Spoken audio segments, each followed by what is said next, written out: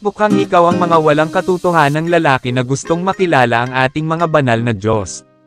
Bumungad sa harap ng grupo ni Dustin ang isang medyo may edad at magandang lalaki at tinitigan sila ng masungit na mukha. Bahagya silang natakot dahil ang lalaki ay may 6 na braso at 3 ulo na may makapal at itim na buhok. Tiningnan ni Dustin at ng kanyang mga kasama ang lalaking may 3 ulo mula ulo hanggang paa. Ang taong ito ay dapat na mula sa isang medyo bihirang lahi. Tiyak na hindi siya gumaganap ng anumang kasanayan o ilusyon. Ang kanyang mga bisig at ulo ay laman at dugo.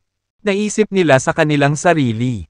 Sabihin mo sa akin ang iyong tunay na pagkakakilanlan. Saang angkan o sekta ka galing? Nagwaltz ka lang dito at sinubukang suwayan ang ating mga banal na Diyos. Hindi mo ba alam na nakagawa ka ng isang malubhang krimen? Bilang parusa, lahat kayo at ang inyong pamilya ay papatayin. Ikaw, binata, nakita kong binigyan mo ang mga hayop ng 2 tableta. Mayroon ka bang higit sa kanila? Ibigay mo na sila ngayon. Nakita ko rin na nagsagawa ka ng isang kasanayan na nagpakawala ng apoy. Ano ang mga magic treasure na iyon? Ibigay mo rin sila sa amin. Tigaw ng lalaking may 3 ulo habang nakaturo kay Dustin. Lumingon ang lalaking may 3 ulo na nakitang binigay ni Dustin ang higanting unggoy at nag-ahas ng ilang high-grade healing pills. At gamitin ang Phoenix Nirvana skill para tulungan silang gumaling mula sa kanilang mga pinsala. Pagkatapos noon, laking gulat niya nang makitang naka-recover agad ang 2 nilalang na muntik ng mamatay. Dahil doon, ipinagpalagay niya na si Dustin ay may hawak ng ilang makapangyarihang kayamanan ng mahika. Teka, misunderstanding lang ta. Mga manlalakbay lang kami na dumadaan. Tapos nabalitaan namin na may mga divine god na nakatira sa Megrez. Nung narinig namin, yun, nagplano kaming bumisita at magbigay galang. Kaya please, ipaalam sa kanila na kami bumisita lang. Mahinang sabi ni Dustin habang humakbang paarap habang bahagyang nakayuko. Tinubukan niyang maging magalang hanggat kaya niya habang sinasadyang ilabas ang isang pahiwatig ng kanyang vital energy. Pinaikit ng lalaking may 3 ulo ang kanyang mga mata at nakaramdam ng bahagyang panginginig nang maramdaman ang enerhiyang inilabas ni Dustin. Gayunpaman, mabilis niyang inayos ang sarili at muling sinuot ang mabangis na tingin sa kanyang mukha. Bilang sugol ng Diyos, halatang mataas ang katayuan niya at may kaugaliang magbigay ng utos sa iba. Kaya naman, kahit na naramdaman na niya na napakalakas ni Dustin, matatag pa rin siyang tumayo at kumilos ng mataas at makapangyarihan. Pagkatapos ng lahat, nagtrabaho siya para sa mga banal na Diyos. Kapag ang kanyang buhay ay nasa panganib, hindi nila tatanggapin ang bagay ng walang taros. Ganyan ang pagmamataas. Ang mga banal na Diyos ay mga natatanging nilalang. Ang karamihan sa inyo ay hindi karapat dapat na makipagkita sa kanila. Kayong lahat ay isang grupo lamang ng mga walang tao. Ngayon, putulin mo ang kalokohan at ibigay ang lahat ng mayroon ka. Kung hindi, ipapatupad ko ikaw sa sandaling ito. Ang 3 ulo na lalaki ay sumigaw sa isang dominanteng paraan. Tinitigan niya ng masama si Dustin at lahat ng kasama niya. Ano naman kaya ang galing sa kanila? Kung ganoon, you're all just a bunch of entitled weaklings. Bakit hindi mo na lang kami payagan na bisitahin sila? Hindi na napigilan ni Violet ang kanyang inis. She snapped and blurted all the words that she had keeping since earlier. Ano ang sinabi mo? How dare you? Did you just insult our divine gods? Nakagawa ka ng isang karumal-dumal na krimen. You damn heretic.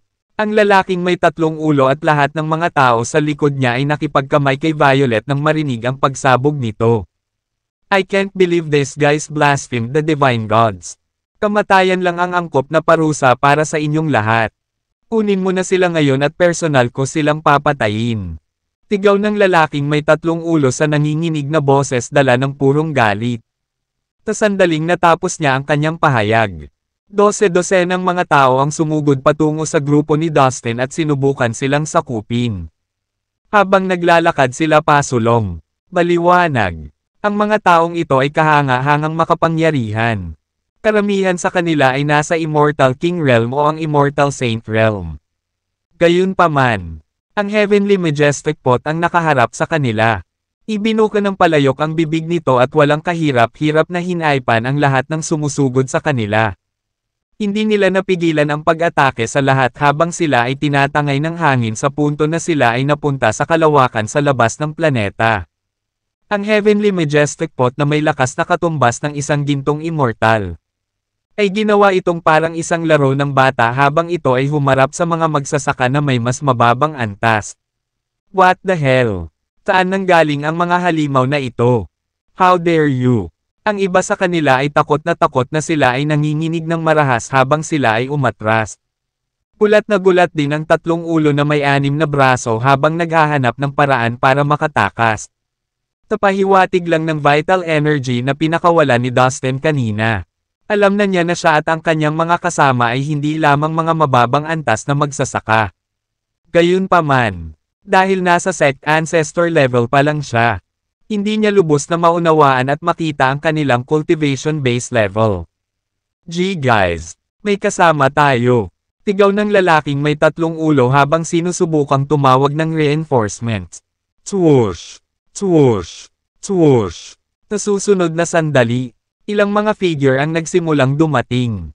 Mahigit sa 100 master sa antas ng ninuno ng sekta ang sumalubong kay Dustin at sa kanyang mga kasama na may nakamamatay na ekspresyon sa kanilang mga mukha. How dare you make a scene at gumawa ng kaguluhan dito sa Emissary Palace?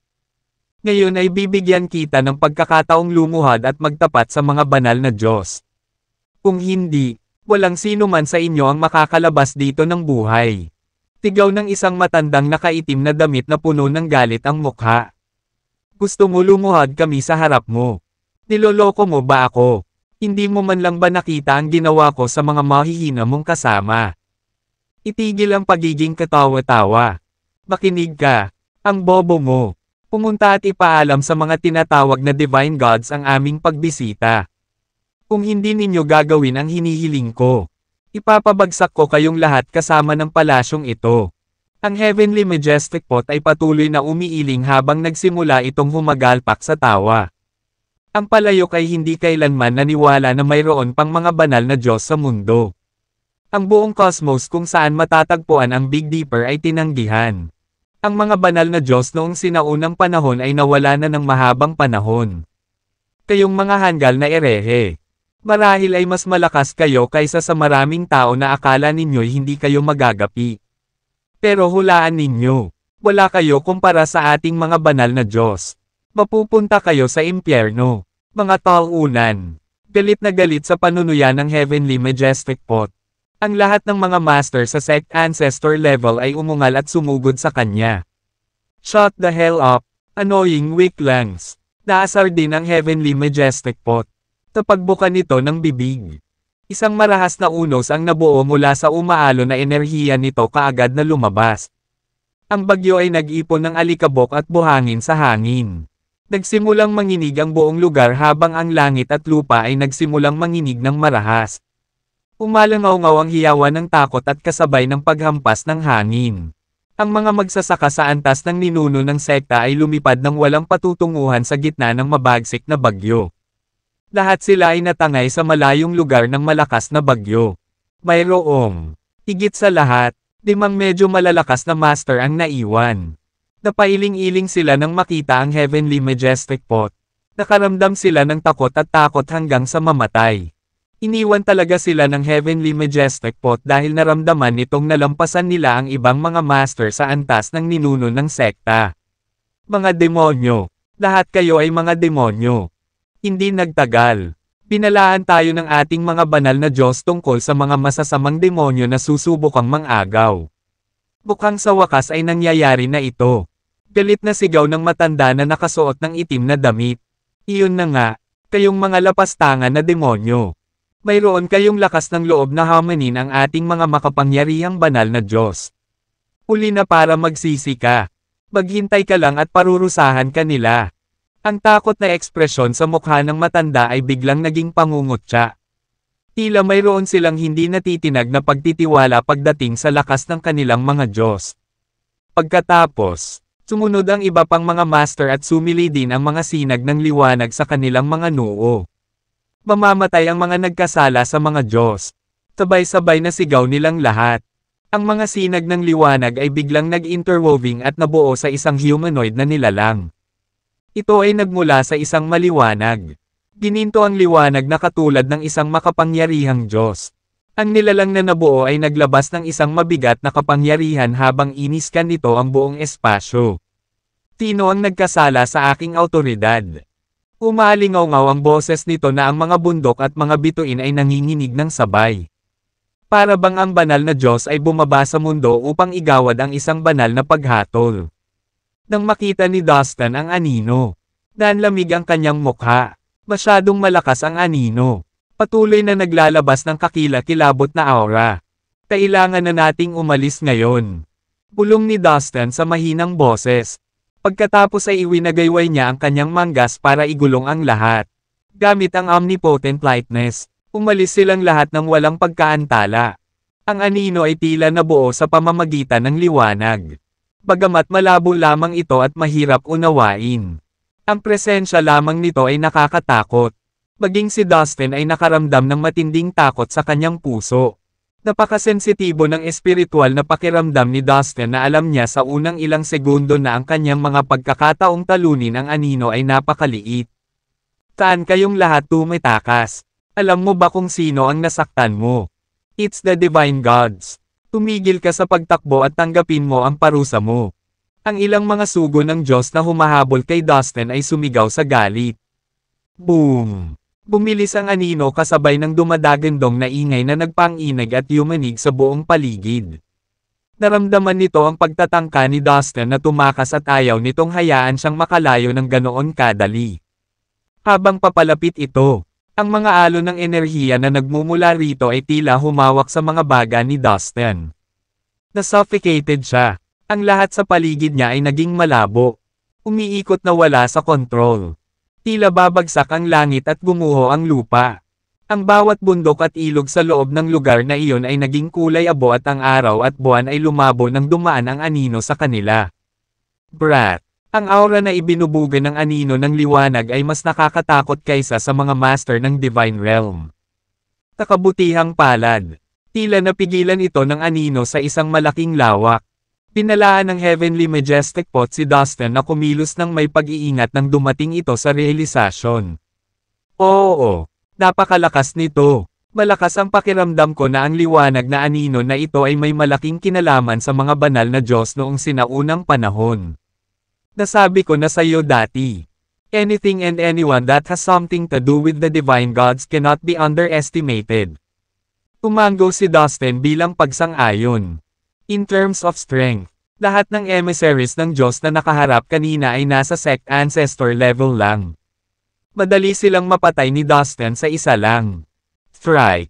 Ngunit hindi niya inaasahan na makakagamit sila ng ilang mahiwagang paraan para palabasan ang isang nakakatakot na anino.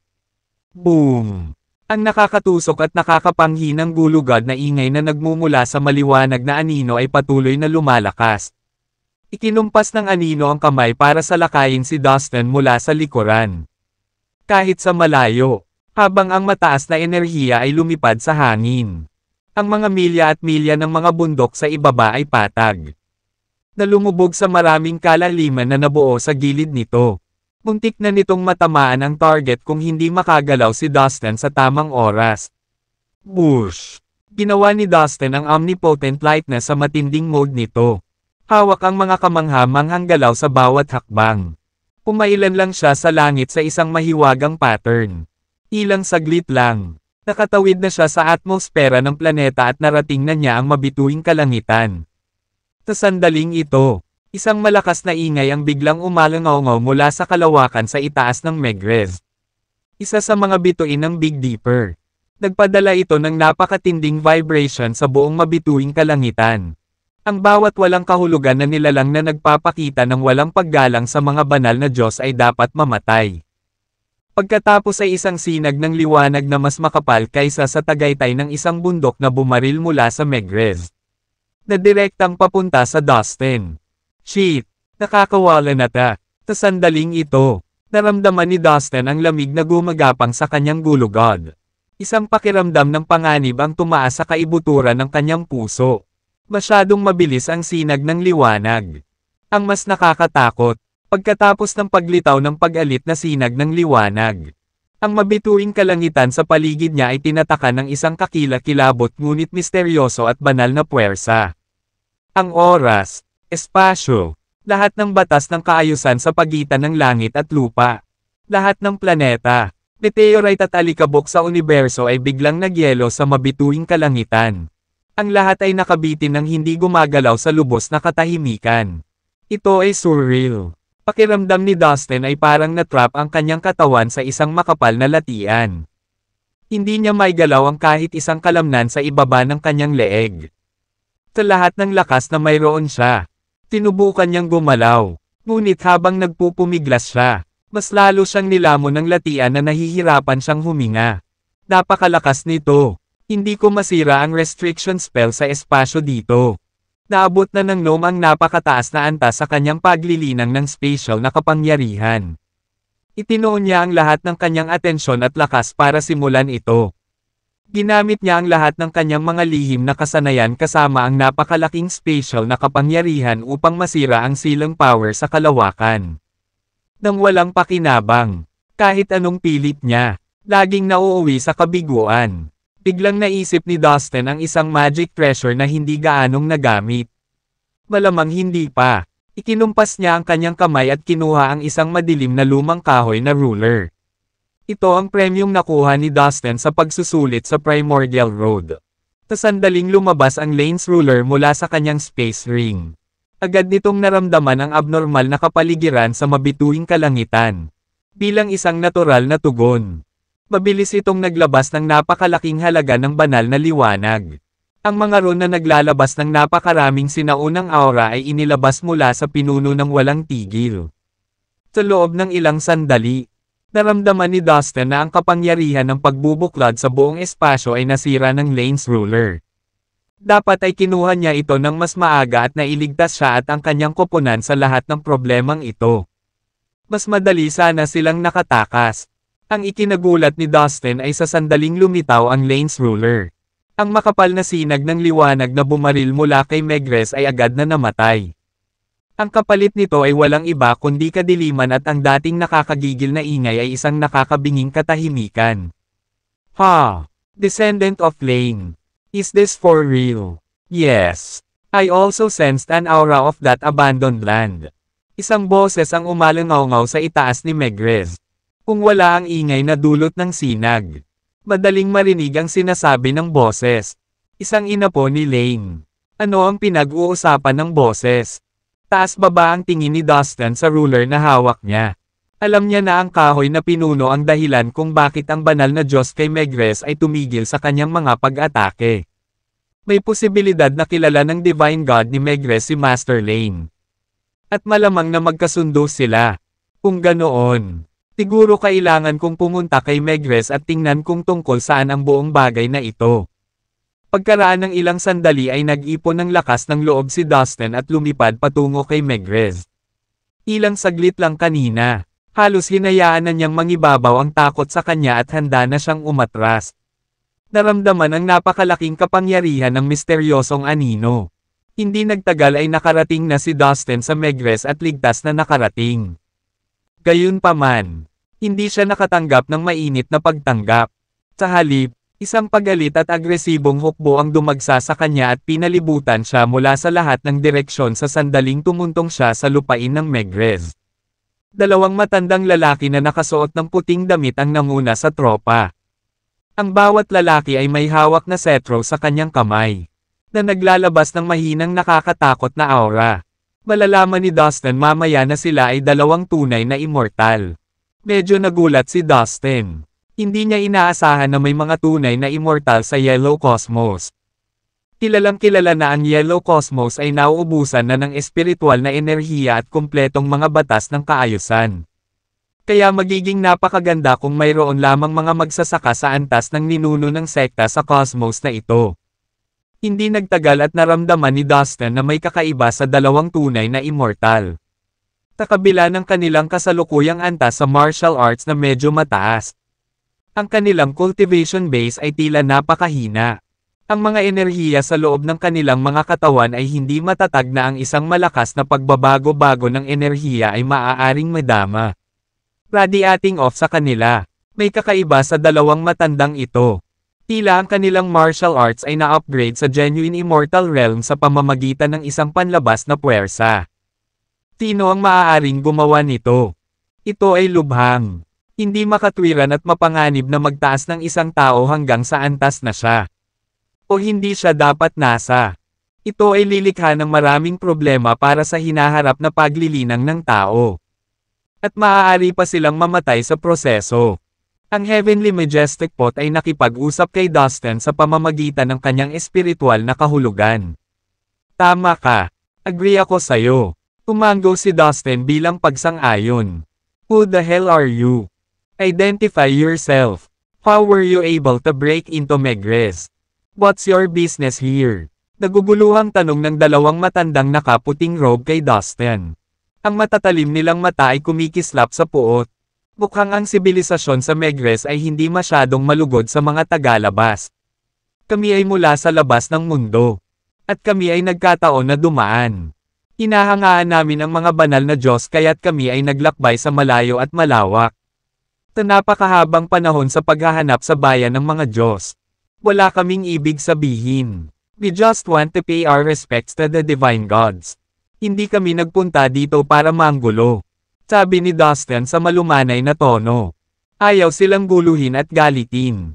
Ang kakilakilabot na sinag ng liwanag na nagtangkang pumatay sa kanya kanina lamang ay nagpapahiwatig na ang Megrez ay hindi isang ordinaryong lugar. Ito ay dapat na may kinalaman sa mga banal na Diyos noong sinaunang panahon. Nang marinig ang sinabi ni Dustin, nagkatinginan ang dalawang matandang nakasuot ng puting damit. Nang walang pagbigkas ng isang salita, nakipag-usap sila sa isa't isa sa pamamagitan ng kanilang espiritual na kahulugan. Sige, dahil ang mga banal na Diyos ay nagligtas sa iyong buhay ngayon.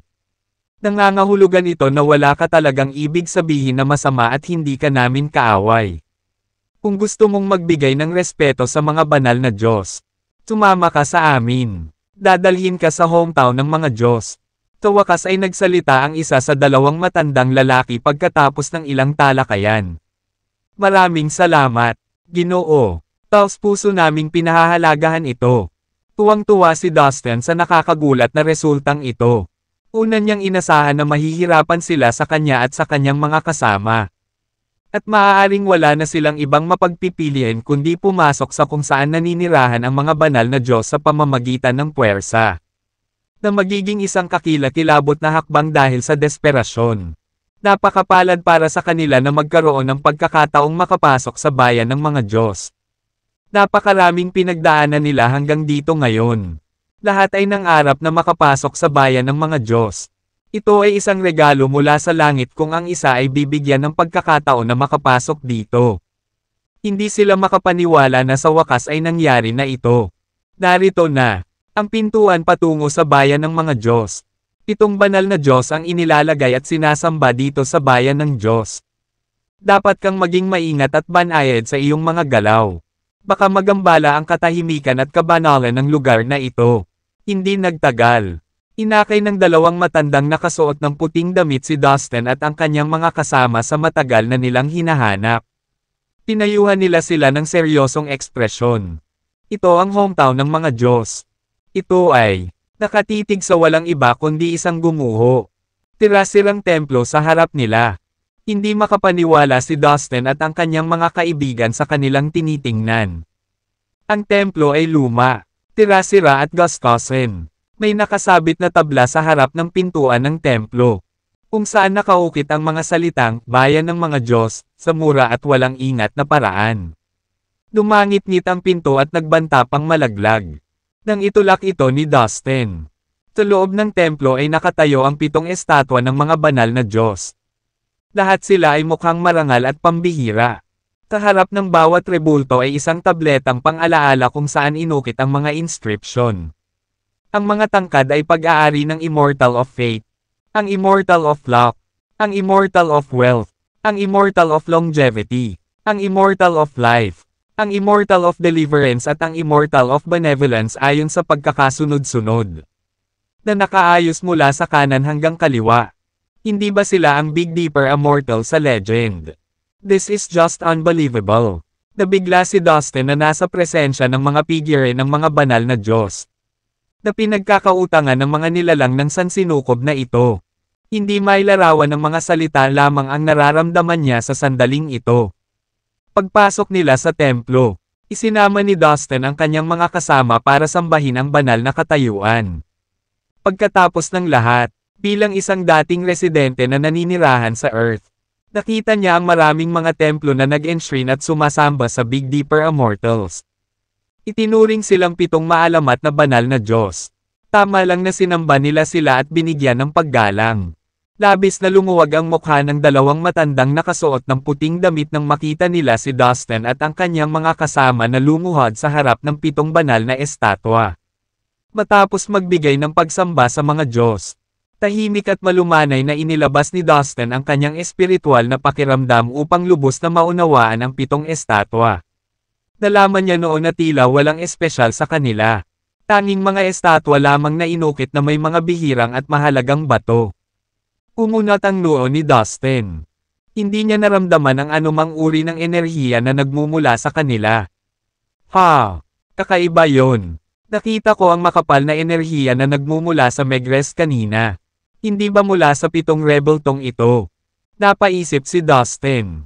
Mas maingat niyang tinitigan ang mga mata sa mga estatwa. Naghahanap ng ilang pahiwatig na maaaring hindi niya nakuha. Sa mga sibilyan ng Brilliant Kingdom on the Earth kung saan nanggaling si Dustin.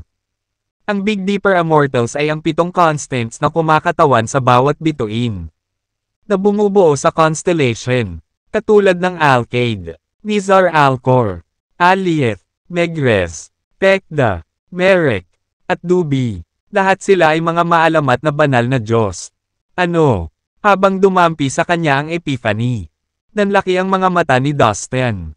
Gamit ang kanyang espiritual na kahulugan, nalaman niya na mayroong isang nakakatakot na aura na umuusbong sa ilalim ng dambana. Dito ba nagmumula sa ilalim ng lupa ang makapal na kolom ng enerhiya? Nagsalubong ang kilay ni Dustin. Pagkatapos, ginamit niya ang kanyang espiritual na kahulugan upang tuklasin ang ilalim ng lupa. Nang maabot niya ang libo-libong metrong lalim sa lupa sa pamamagitan ng kanyang espiritual na kahulugan, natagpuan niya ang isang lugar na nakasisilaw ng walang hanggan. Nakita pa niya ang isang piraso ng Jade Seal na naglalabas ng malaking kapangyarihan. Ang Jade Seal ay tila nasa primitive na anyo. Ang mga makikinang na ron ay dumating at lumutang sa paligid nito. Marami ring mahiwagang fog ang bumabalot dito. Kaya nahihirapan siyang makita ng buo ang Jade Seal. Patuloy itong umusbong at naglalaho sa kanyang paningin. Itinuon pa ni Dustin ang kanyang espiritual na kahulugan. Binuksan pa niya ang Eye of the Ghost Dome Ancestor para makitang mas malinaw ang Jade Seal. Biglang, ang Jade Seal ay tila natagpuan ang espiritual na puwersa ng pakiramdam ni Dustin. Bahagyang nanginginig ito at kumalat ang isang alon ng nakakakilabot na aura at sumugod sa kanya. Ignorante na binata, huwag kang masungit. Narinig ni Dustin ang isang mahigpit at marilag na boses sa kanyang soul sea. Naramdaman niya na ang mga balahibo sa kanyang katawan ay tumindig ng tuwid.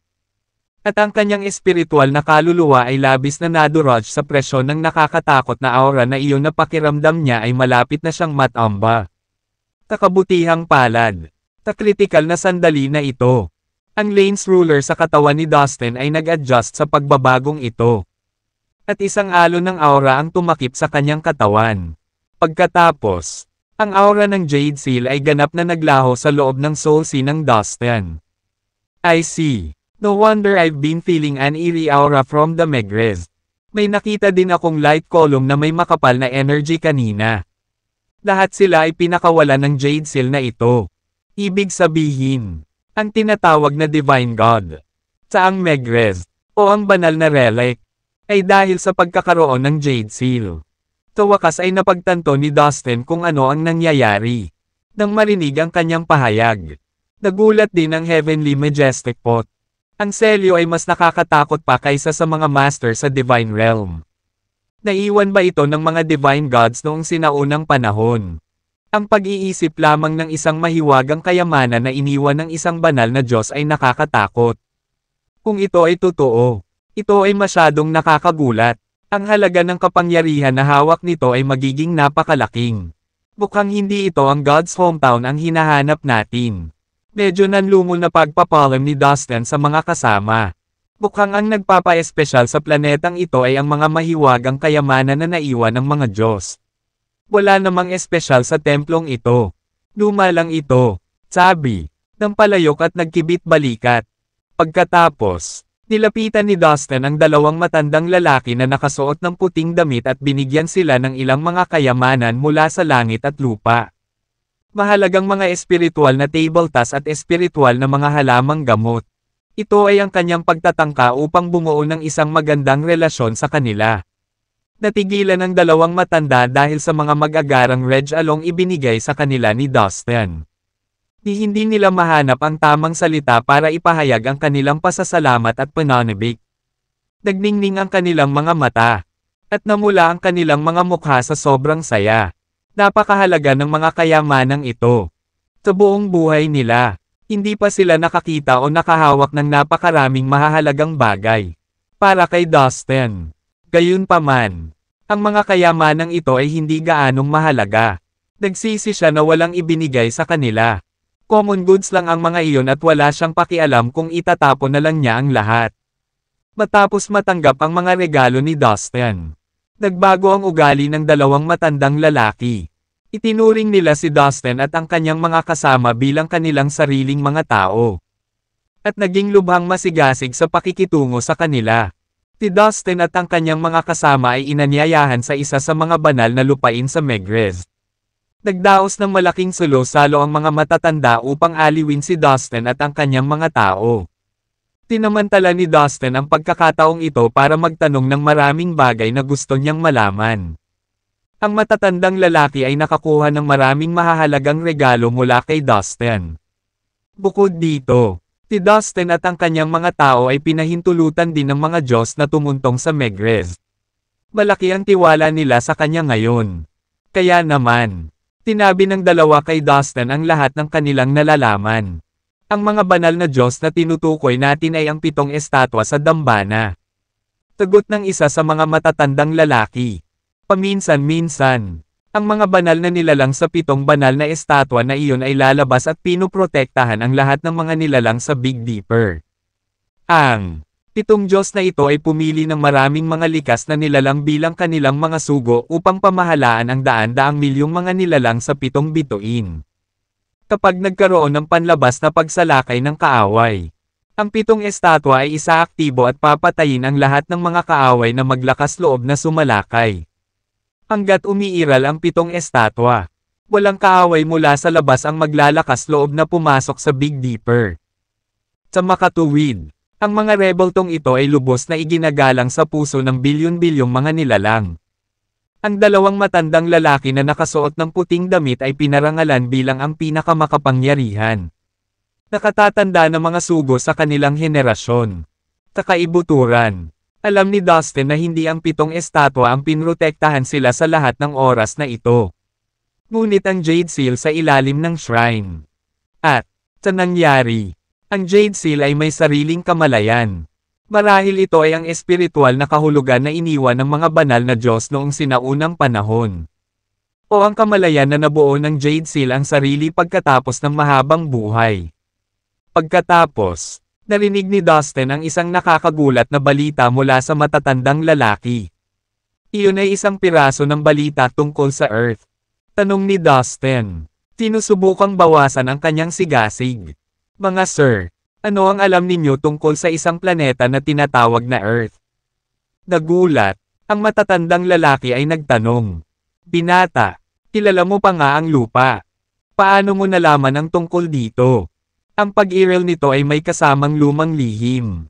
Binomba nila si Dustin ng mga tanong at pahayag. Parehong nakatingin sa kanya ng may pananabik. I just heard it accidentally from somewhere. Mga sir, may kinalaman ba ito sa sinaunang sikreto? Bumilis ang tibok ng puso ni Dustin pero pinilit niyang huwag itong ipakita. Agad siyang humingi ng karagdagang impormasyon. Siyempre, anumang bagay na may kinalaman sa Earth ay naglalaman ng isang kahanga-hangang misteryo. Mataimtim na sabi ng isa sa mga matatanda habang huminga ng malalim. Nakatingin sa malayo. Ang Earth ay kilala bilang isang inabandonang lupain na iniwan ng mga Diyos. Inaplos ng isa sa dalawang matandang lalaki ang kanyang puting balabal. Pinatahimik ang kanyang boses na sapat lamang upang ipakita ang misteryo sa kwento. Tinasabi na noong sinaunang panahon, ang Earth ay talagang isang lupain ng maraming banal na Diyos. Ito ay isang maunlad at makapangyarihang lupain. Walang ibang mga planeta ang maaaring maihambing dito. Noong panahong iyon, ang Earth ay hindi lamang ang sentro ng ating sansinukob. Ngunit ito rin ang ubod ng lahat ng iba pang mundo at universo. Idinagdag ng matanda, 1/3. Posible bang naging ganito kanining ang Earth minsan? Napaisip si Dustin sa sarili. Hindi niya maiwasang mamangha at mabigani sa mga kwentong ito. Hindi niya alam na ang planeta ng kanyang kapanganakan ay isang kapansin-pansin. Takasamaang palad. Talalong madaling panahon pagkatapos, ang lahat ng mga banal na Diyos ay umalis sa Earth. Ang Earth sa kalaunan ay pinarangalan bilang ang inabandonang lupain ng mga Diyos. Bago umalis ang mga banal na Diyos sa Earth, sila ay nagtulungan upang maglagay ng maraming pagbabawal at paghihigpit ng kapangyarihan upang protektahan ang Earth. Walang nakakaalam kung bakit. Ang pagpasok sa Earth ay isang napakahirap na gawain para sa mga magsasaka. Kung sino man ang pumipilit sa kanilang pagpasok sa paligid nito, sila ay magdurusa sa regression. Dagdag ng isa pang elder na nakasuot ng puting roba. Paulit-ulit na umaalingaw-ngaw sa kanyang isipan ang mga kwentong narinig mula sa kanila ni Dustin. Isang inabandonang lupain ng mga Diyos. Nagtulungan ng mga banal na Diyos upang magtakda ng mga pagbabawal at paghihigpit ng kapangyarihan upang protektahan ang lupa.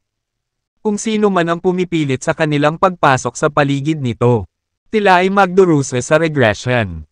Umiling si Dustin at patuloy na iniisip ang mga ito. Halatang naguguluhan siya.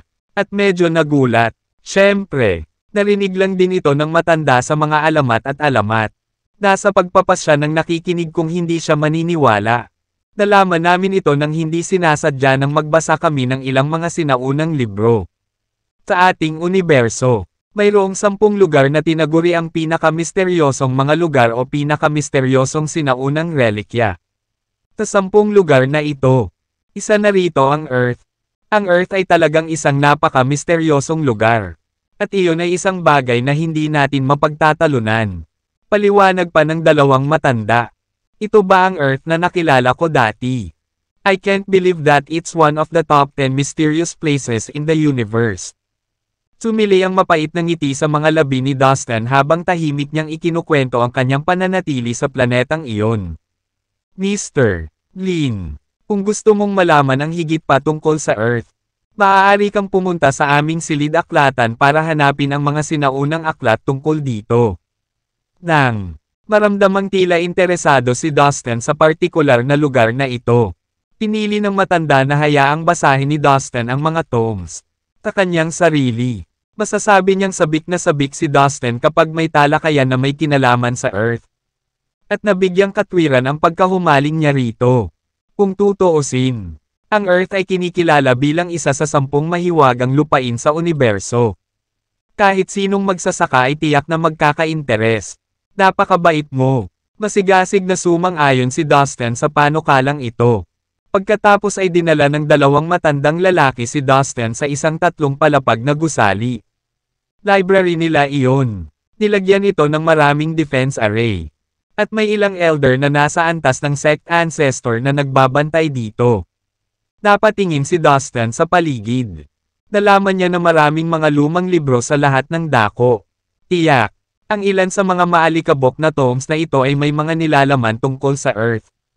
Ang mga paglalarawan sa mga sinaunang aklat na ito tungkol sa Earth ay talagang katulad ng sinabi sa kanya ng mga matatanda. Gayunpaman, kung ihahambing sa sinabi sa kanya ng mga matatanda, inilarawan ng mga aklat ang lahat sa mas detalyado at komprehensibong paraan. Mas naunawaan ni Dustin ang Earth pagkatapos basahin ang ilan sa mga tomes. Tulad ng nakumpirma sa mga aklat na ito. Ang Earth ay talagang kilala bilang ang inabandonang lupain ng mga Diyos at na-set up na may maraming pagbabawal at kapangyarihan ng paghihigpit upang protektahan ang lugar. Pinatunayan din ng mga tomes na ang planetang ito ay isa sa 10 pinakamahiwagang lugar sa universo. Halos imposible para sa mga buhay na nilalang sa labas na makapasok sa Earth. Tiyak, ang sinumang magsasaka na maglalakas loob na pumasok ay magdurusa sa regression. Upang ipaliwanag ito ng mas malinaw, ang mga pagbabawal na itinakda ng mga sinaunang banal na Diyos ay ginawa upang pahinain ang cultivation base ng sinumang nang ahas na pumasok sa Earth ng malakas. Ano man ang antas ng isang magsasaka, kung pipilitin niya ang kanyang sarili na pumasok sa espasyo ng Earth, ang kanyang antas ay agad na mapilayan sa Earth Realm. Ang Earth Realm, bulong ni Dustin, isang mapait na ngiti ang nabuo sa kanyang mga labi. Sa pangkalahatan, ang pinakamababang antas para linangin ng isang mandirigma ay ang Energy Gathering Realm. At ang Earth Realm ay isang antas lamang na mas mataas kaysa sa partikular na kaharian na ito. Kung ikukumpara sa kasalukuyang lakas ni Dustin, ang mababang antas ng cultivation base na ito ay hindi maisip.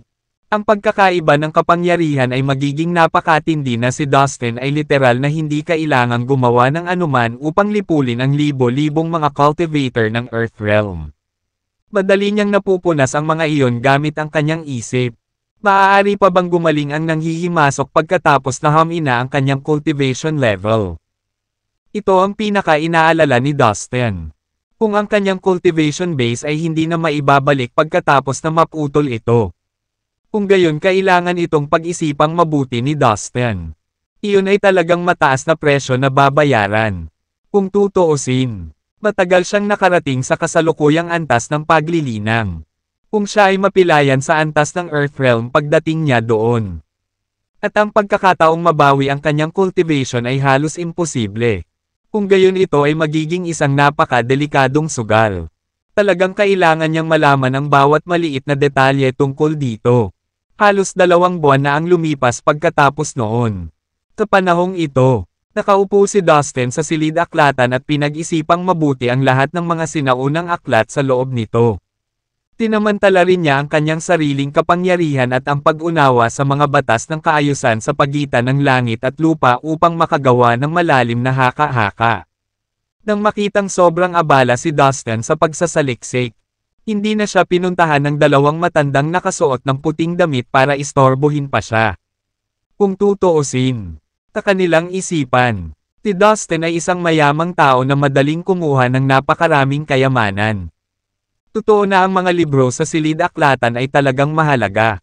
Ngunit kung ikukumpara sa mga kayamanan na mayroon si Dustin, halos wala ito. Naisip ng mga matatanda na gusto lang niyang malaman ang tungkol sa Earth dahil sa curiosity at biglaang interes. Lumipas ang 3 buwan, at nanatili si Dustin sa library na nagbabasa ng mga salaysay tungkol sa Earth. Ayon sa mga talaan ng mga sinaunang aklat na ito, ang dahilan kung bakit ang pagtatanim ng mga mandirigma na pilit na sumusubok na pumasok sa Earth ay mapinsala ay dahil ang mga banal na Diyos ay naglagay ng maraming mahiwagang paghihigpit sa lupa. Ang kapangyarihan ng paghihigpit na ito ay ang kapangyarihan ng batas at kaayusan. Kung ang isang martial artist ay makakabawi pagkatapos masira ang kanyang cultivation ay higit na nakasalalay sa kanyang cultivation base sa kapangyarihan ng batas at kaayusan. Kung ang isang martial artist ay may kahanga-hangang cultivation base sa kapangyarihan ng batas at kaayusan, at kaya niya saliksikin ang mga batas na pinanghawakan ng mga sinaunang banal na Diyos, ganap na posible na masira niya ang mga paghihigpit na ito at mabawi ang kanyang cultivation na base. Ito ang natutunan ni Dustin sa loob ng 3 buwang pagbabasa ng mga libro sa library. Mukhang kung gusto kong bumalik sa Earth, kailangan kong magsikap sa paglinang ng kapangyarihan ng batas. Taka lang ako magiging ligtas kapag sinubukan kong bumalik sa Earth. Bulong ni Dustin. Pagkatapos, gamit ang kanyang isip, gumawa siya ng hindi mabilang na mga ron na gawa sa mga light shadow na lumitaw sa kanyang harapan. Lumutang sila sa ere para mabasa ni Dustin. Bago ako umalis, Ibinigay sa akin ni Master ang pangkalahatang kasulatan ng Chaos. Ngunit hindi ako nagkaroon ng pagkakataon na pag-aralan pa ito. Kung gayon, hahanap ako ng isang lugar upang linangin sa pag-iisa at pag-aralan ang kasulatang ito. Upang magawa ko malaking pag-unlad sa paglilinang ng mga batas at kaayusan. Malakas na sabi ni Dustin. Ayon sa sinabi ng Heavenly Majestic Pot, ang General Scripture of Chaos ay pinarangalan bilang isa sa mga pinakamakapangyarihang kasulatan tungkol sa mga batas at kaayusan sa maraming universo. Peterson, ang Taoist ancestor, ay kilala bilang ang pinakamakapangyarihang magsasaka sa kapangyarihan ng batas sa lahat ng mundo. Ito ay dahil mayroon siyang pangkalahatang kasulatan ng Chaos. Kahit na ang mga masters ng Divine Realm ay naaakit sa General Scripture of Chaos. Lumabas si Dustin ng library at nadatnan ang dalawang matandang nakasuot ng puting damit. Humingi siya sa kanila ng daan sa isang lihim na silid upang makapagtanim siya ng hiwalay. Ang kanyang kahilingan ay ipinagkaloob. At bago pumasok sa silid, ipinagkaloob niya sa dalawang lalaki ang ilang mahahalagang materyales at mga advanced na gamot na elixir. Ang mga lalaki ay nalulula sa kanyang pagkabukas palad. At binigyan siya ng kanilang labis na pasasalamat, na binanggit ng higit sa isang beses kung paano si Dustin ang kanilang tagapagligtas. Marami na silang nakukuhang mga materyales at elixir na ipinamimigay ni Dustin nitong mga nakaraang araw.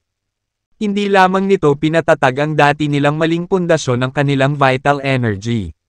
Ngunit pinatatag din ang kalidad ng kanilang vital energy mismo. Sa likod ng kanilang mga isip. Tila ay inaasahan na dumating sa isang pambihirang tagumpay sa lalong madaling panahon. Nang malaman na si Dustin ay maglilinang sa pag-iisa, agad silang nagpadala ng isang malaking grupo ng mga tao upang higpitin ang mga depensa sa paligid ng kanyang silid. Itinakda nila ang kanilang mga protocol at inilagay ang silid sa ilalim ng Alert Level 1. At walang sino man ang pinayagang lumapit dito. Ngayon ay ganap na nilang tinatrato si Dustin bilang isa sa kanila. Dahil dito, tiniguro nilang maaalagaan din ang kanyang mga kasama. At binigyan sila ng mga mararangyang palasyo na mapagpapagaling. Samantala, mag-isa sa kanyang lihim na silid. Nakaupo si Dustin na nakakross ang paa sa malamig at matigas na sahig. Nagpatuloy siya sa kanyang paglalakbay upang maunawaan ang pangkalahatang kasulatan ng Chaos. Sa buong 3,000 malaki at maliit na mundo. Bawat umiiral na mundo at cosmos ay may sariling natural na batas at kaayusan ng mga bagay. Tulad ng sinabi, mayroong 3,000 iba't ibang mga batas at kaayusan. At bawat set ng sistema ay may sariling merito. Karamihan sa mga magsasaka ay karaniwang nagsisimula sa pag-unawa sa mga prinsipyong nagbubuklod sa kanilang sariling cosmos bago subukang makabisado ang mga nasa ibang mundo. Dahil dito, ang mga batas na nilinang ni Dustin noong nakaraan ay natural na ang mga batas ng Fallen Immortal Cosmos. Sa kanyang pagkabalisa, natuklasan niya na sa sandaling siya ay nasa ibang universo. Ang kanyang paglilinang ng kapangyarihan ng batas mula sa Fallen Immortal Cosmos ay hindi nagawang gampanan ang katumbas na kapangyarihan nito. Ito ay dahil ang iba't ibang batas ay nagtataboy sa isa't isa. Ang pagbubukod sa paghihigpit na ito ay ang mga masters ng Divine Realm. Nagawa nilang humiwalay sa mga limitasyon ng isang universo, at naglakbay sa maraming universo upang matutong linangin ang iba't ibang mga batas. Iyon ang dahilan kung bakit hindi maarok ang batas at kaayusan sa paglilinang ng mga master ng Divine Realm. Sa pamamagitan ng mga karapatang iyon, naging mahirap ding lapitan ang mga magsasaka na ito. Nakatuon si Dustin sa gawain. Ang pangkalahatang kasulatan ng kaguluhan ay nagtataglay ng isang detalyadong paglalarawan ng mga batas ng bawat universo na umiiral sa 3,000 malaki at maliliit na mundo. Higit pa rito, ipinaliwanag nito ang kasaysayan ng mga batas na ito. Kung paano ito naging, at bakit. Ang lahat ng ito ay itinuro pabalik sa pinaka-orihinal na kakanyahan ng enerhiya ng mga tunay na natural na batas. Kaya't nang magsimulang maunawaan ng isang magsasaka ang pangkalahatang kasulatan ng Chaos, natural na binibigyan niya ang kanyang sarili ng kaalaman sa mga likas na batas ng 3,000 malaki at maliliit na mundo ng sabay. At dahil si Dustin ay medyo may talento sa mga tuntunin ng pag-unawa sa mga batas, Umupo siya sa liblib na silid na iyon na parang isang itik na kumukuha ng tubig. Wika nga, ang kanyang kapangyarihan ay tumaas sa isang kamangha-manghang bilis. Lumipas ang mga araw na hindi napapansin. Nakalubog habang siya ay nasa kanyang paglilinang. Ang lahat ng iba pang umiiral sa labas ng kanyang silid ay nahulog sa kanyang kamalayan. Samantala, dahil naiinip na sila sa pag-upo na naghihintay sa kanilang sariling mga silid. Si Violet, ang Heavenly Majestic Pot at ang iba pa ay nagsimulang pumatay ng ilang oras. Nagpasya silang mamasyal. Nagpagala-gala sila at nasiyahan sa likas na kagandahang iniaalok ni Megrez. Naranasan nila ang mga lokal na kondisyon at kaugalian. Sa kabuuan, nasiyahan sila sa kanilang sarili. Nang matapos sila sa kanilang paglilibot sa Megrez, nagpatuloy sila at ginalugad ang 6 pang bituin ng Big Dipper. Ang kanilang maliit na ekspedisyon ay umabot sa kanila ng mga ilang buwan. At pagkatapos ay bumalik sila sa paglalaga sa inip, nang walang ibang mga opsyon na magagamit sa kanila. Bawat isa ay naghanap ng isang lihim na silid at nagpunta upang linangin sa pag-iisa. Tulad ng ginawa ni Dustin. Well, tulad ng ginawa nilang lahat. Talaga, tuwing kinukulong ni Dustin ang sarili para matuto ng bago. Pero hindi lang ang mga kaibigan niya. Di nagtagal pagkatapos simula ni Dustin ang kanyang paglilinang. Ang dalawang matandang lalaki na nakaputi ay naghiwalay din sa kanilang sarili. Inihanda ang papasok na tagumpay. Bago ay lock ang kanilang mga pinto. Mahigpit nilang inutusan ang kanilang mga tauhan na alaga ang mabuti si Violet at ang iba pang miyembro hanggang kapag wala sila. Ito ang dahilan kung bakit madaling makapaglakbay si Violet at ang iba pa nitong mga nakaraang buwan. Kung ano ang may malaking grupo ng mga sugol ng Diyos na naghihintay sa kanila sa kamay at paa. Pagkalipas ng mga 5 buwan, ang mga matatandang lalaki ay lumabas mula sa kanilang mga silid, na matagumpay na nakamit ang isang pambihirang tagumpay. Nasa medium stage na sila ngayon ng Genuine Immortal Realm. Gayun din, sa silid ni Dustin, ang mga bagay ay lumalangoy. 3 buwan pagkatapos niyang ikulong ang sarili upang magtanim. Isang puting kakon ang nabuo. Ito ay kumikinang ng maliwanag. At may malakas na enerhiya na bumabalot dito. Ito ay patuloy na lumaki. At lumiwanag ng mas maliwanag. Hanggang sa maabot ang tila kapanahunan nito. Tapos isang araw, sumabog ito ng malakas na umalangaw-ngaw kahit sa mga bulwagan sa labas. Ito na ang ika-9 na beses na binubuo at sinisira ko ang kakon na ito. Si Dustin iyon. At ang kanyang bulalas ay nababalot ng pananabik. Nagliwanag ang mukha niya sa kasiyahan. Sa wakas, sa huling pagkakataon, ang illusory divine ruling chains ay lumutang sa silid na parang nagniningning na mga dragon. Na gumagawa ng mga tunog ng crack habang sila ay lumalakad. Ang kapangyarihan ng batas ni Dustin ay gumawa ng isa pang husay na paglukso. It is splendid. Bulong ni Dustin sa sarili. Ngunit natatakot ako na ang ganitong uri ng kapangyarihan ng batas ay hindi sapat upang matuklasan ang mga advanced na batas na inayos ng mga sinaunang banal na Diyos sa paligid ng Earth. Kailangan kong makarating sa pinakahuling kaharian. Malamang na mas malaki ang pagkakataon ko kung susubukan ko roon. Muling inako ni Dustin ang kanyang posisyon sa pag-upo. At bumalik sa kanyang paglilinang. Na naghahangad na maunawaan ng mas malalim. Ang oras. Muli, lumipad ng hindi napapansin, ng hindi alam. 2 taon nang nag-iisa si Dustin. Hindi gaanong mahalaga, dahil sa loob ng kanyang silid ay sunod-sunod siyang sumulong. Muli, isang malaking puting kakon ang sumakop sa gitna ng silid. Tumibok ito ng malakas, halos tumalon pataas at pababa sa napakalaking enerhiya na nag-vibrate dito. Ito ay sa paanuman tulad ng isang higanti. Tumitibok na puso. Isang mas kakilakilabot na kapangyarihan ng batas ang dumadagandong sa hangin sa loob ng kamara. Hanggang sa ito ay naging isang bagyo na lalong lumakas sa bawat sandali. Umikot ito sa paligid ng silid. At maya-maya ay lumitaw ang maliwanag na divine ruling chains. Kumikinang at nakakabaliw. Ang kaguluhang ito ay nagpatuloy sa loob ng maraming araw. Hanggang sa muling sumabog ang kakon ng malakas. Tumalsik mula rito si Dustin na may biyaya ng lumalangoy na dragon. Sa wakas, natuwa siya. Sa wakas ay napag-usapan ko na ang buong pangkalahatang kasulatan ng Chaos. Ito ay isang tagumpay. Sa katunayan. At si Dustin ay may lahat ng karapatang matuwa. Karaniwan. Ang mga cultivator ay kailangang sumailalim sa kuko ng phase ng 81 beses bago maabot ang Ultimate Realm. Ito ay isang napakatagal at mahigpit na proseso.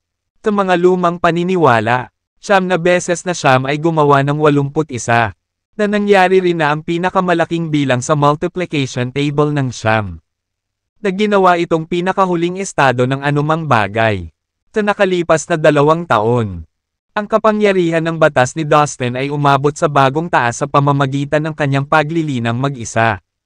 Siya ay lubos na nagtitiwala na ang kanyang kapangyarihan sa batas ay madali nang talunin ang sinumang immortal sa langit. Siya ay, tulad ng kanyang naibulalas, sa wakas ay tapos na sa kanyang paglilinang. Lumabas siya sa kanyang secret chamber.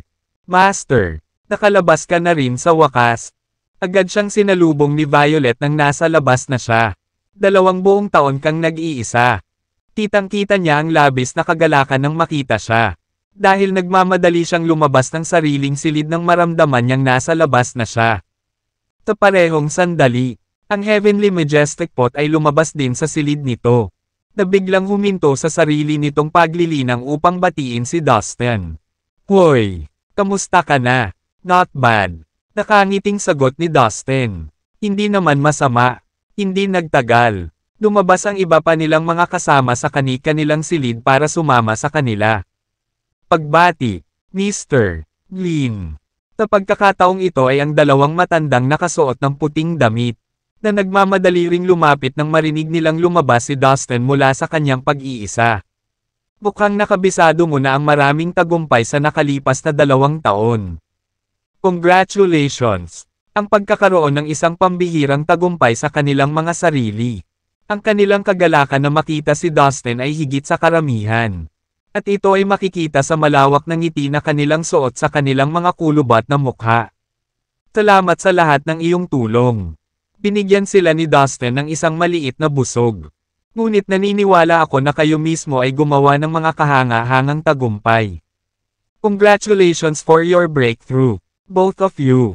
Napaka-gracious mong sabihin. Lahat ng iyon ay salamat sa mga kayamanan na ibinigay mo sa amin. Kung hindi ay hindi magiging madali para sa amin ang mga bagay.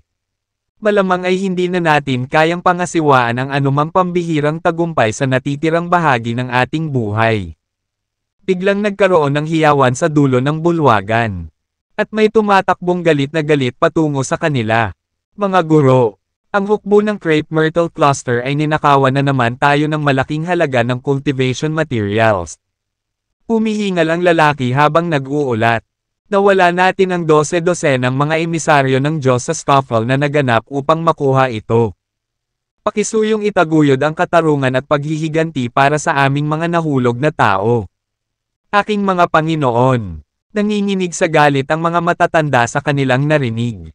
Ginawa na naman nila. Wala talagang kahihiyan ang mga bastos na yan. Nilinggan nila si Dustin at ang iba pa nilang bisita. Mr. Lin, patawarin mo na sana kami. Tige na at magpahinga ka na. Kailangan nating harapin ang emergency na ito sa lalong madaling panahon. Bago pa makasagot si Dustin ay nakitang nagmamadaling lumabas ang mga matatanda. Ilang saglit lang. Gayunpaman. Habang si Dustin at ang kanyang mga tauhan ay nagpapaikot-ikot pa rin sa bulwagan. Isang katulong ang muling pumasok. Mr. Lin. Tumatakbo at umiiyak ang katulong. At napaluhod siya sa harap ni Dustin. Mr. Lin. Tulungan niyo po kami. Malubhang nasugatan ang mga senior emissaries namin. Palihim akong inutusan pabalik para humingi ng tulong sa inyo. Tulungan niyo po kami. Hinawakan ng katulong ang kanyang ulo sa lupa. At hinintay ang tugon ni Dustin. Ano? Napakalakas ba ng mga taga-crepe myrtle cluster? Curiosity na tanong ni Dustin. Ang 2 senior emissaries ay nasa medium stage ng genuine immortal realm. Ngunit sila ay nasugatan ng husto sa isang maikling panahon at walang labis na pagsisikap. Naisip niya sa kanyang sarili. Ang lakas ng crepe myrtle cluster ay kahit papaano ay kilala na kapantay ng aming Big Dipper cluster. Hindi na. Mabilang na beses na kaming nag-away sa cultivation resources. Minsan mananalo kami at minsan matatalo. Pero this time, parang nag-imbite na sila. Maraming makapangyarihang tao na tutulong sa kanila. Nasugatan na nila ng husto ang ating mga senior emissaries sa ilang mga galaw lang. Sagot ng scout, I see. Okay. Kailangan kong pumunta at tingnan ang sarili ko. Pagkaraan ng ilang sandali, dinala ng scout si Dustin at ang kanyang mga kasama sa isang lugar malapit sa Big Dipper. Hindi pa sila tuluyang nakakalapit sa kanilang target na lugar nang makarinig sila ng isang matagumpay na halakhak na umalangaw-ngaw sa di kalayuan. Napag-isipan mo na ba ito at napagpasyahan mo na ba? Kayong mga kaawa-awang matandang bastards. Wala tayong buong araw dito. Ito ang bagay. Kukunin namin sa iyo ang lahat ng iyong yaman sa pagtatanim. Kapalit ng iyong buhay. Ibig sabihin, kung gusto mo pang mabuhay, isuko mo sa amin ang lahat ng pinagkukunang yaman sa iyong kumpol. Kung hindi ka makikipagtulungan at gawin ang hinihiling namin, kung gayon lahat kayo ay patay na. Mood na hayaan kang isaalang-alang. Noon ay kukunin lang namin ang anumang gusto namin ng walang anumang talakayan. At saka dito ilalagay ang ating hukbo. Kaya natin at papatayin natin ang sinuman sa cluster na ito na may problema sa ginawa nating desisyon at magtangkang magrebelde. Mayabang na sabi ng boses. Maaari mong salakayin ang aming kumpol kung gusto mo. Gusto naming makita kang sumubok. Galit na sumengot ang isang senior emissary ng Big Dipper cluster. Haha, huwag mong isipin na lolokohin mo ako. Matanda. Alam ng lahat na may hindi magandang nangyayari sa iyong kumpol. Sa ngayon, wala pang tagalabas na ng ahas na tumuntong sa iyong lupain.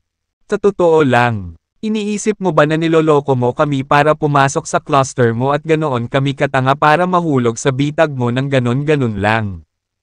Mangarap pa, pumunta at atasan ang iyong mga tauhan na dalhin sa akin ang lahat ng mga mapagkukunan ng pagtatanim sa iyong kumpol ngayon. Maghihintay pa ako ng 15 minuto.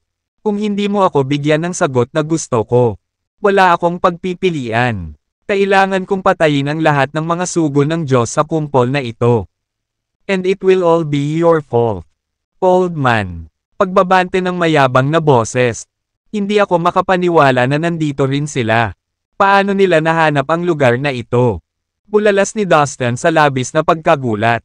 Kitang-kita niya kung ano ang nangyayari sa paggamit ng kanyang espiritual na pakiramdam kahit na sa isang ligtas na distansya mula sa kaguluhan. Hindi pa panahon para malaman ng mga masasamang tao na siya ay nasa parehong dimensyon. Lalo pa sa parehong lugar tulad nila. Isang malaking hukbo na binubuo ng milyon-milyong sundalo ang nakapalibot sa isang grupo ng mga tao mula sa Big Dipper cluster. Ang kanilang mga watawat ay sumayaw at kumikislap sa hangin. Na may nakasulat na crepe myrtle cluster sa bawat isa. Ang pinuno ng napakalaking hukbo ay isang matandang lalaki na nakasuot ng lilang balabal. Ilang daang makapangyarihang lalaki ang buong pagmamalaking nakatayo sa tabi ng pinuno. Tila, itinuring sila bilang mga kilalang panauhin ng matanda na nakasuot ng lila. Alam ni Dustin kung sino ang mga bisita ng lalaking nakasuot ng lila. Marami sa kanila ay pamilyar na mga mukha at figure dahil si Dustin ay nakipaglaban sa karamihan sa kanila sa pagsubok upang maging kahalili ng mga Diyos. Lahat sila ay mga tao mula sa makapangyarihang puwersa, tulad ng Underworld, ang Divine Sect, ang Space Sect, ang Moklan, at ang Ghost Dom. Marami sa kanila ay mga pangunahing disipulo at mga master sa Earth Immortal Realm. Mga kilalang cultivator ng nasabing puwersa lalo na ng kanilang sariling mga sekta at angkan. Hindi inaasahan ni Dustin na mahahanap ng mga taong ito ang Big Dipper sa lalong madaling panahon. Ang Yellow Cosmos na ito ay napakalaki. At naisip niya na magtatagal ang ibang mga magsasaka upang mahanap ang kalawakan sa paligid kung saan naruroon ang Earth.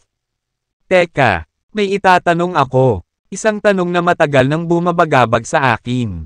Biglang bumuka ang bibig ng isang Earth Immortal mula sa Underworld. Pakiusap, Sir. Ang matanda na nakasuot ng lila mula sa Crepe Myrtle Cluster ay sumagot sa immortal na lupa ng may lubos na paggalang. Makinig kayo. Kayong mga matandang bastard. Siya ang ating natatanging panauhin. Kung pinahahalagahan mo ang iyong buhay at ayaw mong mamatay, sagutin mo ng tapat ang kanyang mga tanong. Tigaw ng matanda na nakasuot ng purple na damit sa dalawang senior emissaries mula sa Big Dipper Cluster. Ang dalawang matatanda mula sa Big Dipper Cluster ay malubhang nasugatan sa isang mahabang labanan. Puno ng dugo ang kanilang mga katawan. Mapatla ang kanilang mga mukha.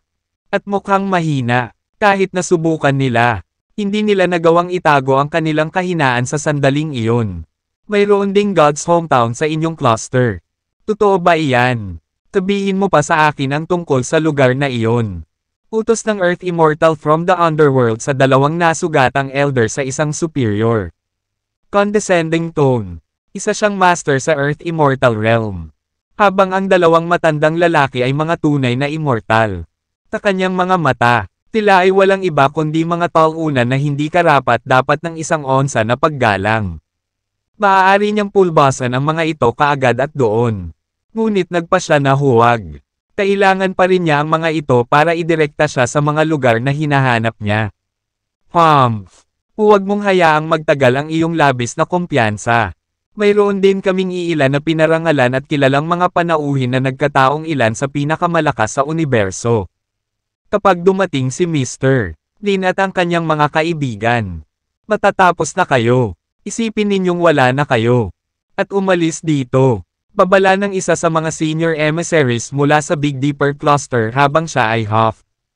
Nang marinig ang sinabi ng senior emissary, ang naka-purple na nakasuot na elder mula sa Crepe Myrtle Cluster ay naaliw at humagalpak ng tawa. Halika, matanda. Itigil mo na ang pagmamayabang. Ang ating mga iginagalang na mga kaalyado at mga panauhin ay bahagyang mahina kaysa sa mga sinaunang banal na Diyos. Kahit na ang iyong mga sampay na bisita ay pumunta dito, hindi sila magiging kapantay para sa atin. Ang matandang lalaki sa isang lilang balabal na idineklara ng may malaking pananalig. Nakita na niya kung ano ang kaya ng kanyang mga bisita, at humanga siya sa kanilang kapangyarihan, lakas at kakayahan sa pakikipaglaban. Sa kanyang mga mata, ang mga immortal sa lupa ay mga nilalang na maaaring maging kapantay ng mga sinaunang banal na Diyos. Pagkatapos ng lahat, ito ay makatwiran. Ang mga matatandang nakasuot ng lila ay nakarating lamang sa katamtamang yugto ng genuine immortal realm. Labis siyang humanga sa kanyang mga bisita na nasa Earth Immortal Realm na tila hindi magagapi sa kanya. What fuck did you say? Did you say Mr. Lin? That son of a bitch. How is this possible? Nang marinig ito, ang mga miyembro mula sa makapangyarihang puwersa ay ipinikit ang kanilang mga mata sa mga hiwa, na may malungkot na ekspresyon sa kanilang mga mukha. What the fuck? Don't tell me that it's the same arrogant thief. Dustin Lin, isang Earth Immortal of the Underworld, blurted out as he let his curiosity get the best of him. Sa sandaling tumigil siya sa pagsasalita. Isang malakas na tawa ang umalangaw-ngaw mula sa malayo. Oo, ako ta. Kayong mga puta. Nagkataon lang. Nagkita na naman tayo. Guys, masaya ba kayong makita ako? Isang figure ang lumapit sa malayo at tumigil sa harap ng lahat sa isang iglap. Dustin, alam kong ikaw yon. Nang makita siya, naramdaman ng mga miyembro mula sa makapangyarihang puwersa na tumayo ang kanilang mga balahibo. Oh, shit, bakit kailangan nating magkita ulit ng lalaking ito? Nagmura sila sa isip nila. Dahil sa frustration. Mr. Lin. Sa kabaligtaran, ang dalawang senior emissaries mula sa Big Dipper Cluster ay natuwa nang makita si Dustin. Nasinisigaw ang kanyang pangalan ng may kagalakan. Akala nila ay si Dustin lang ang kanilang pagkakataon.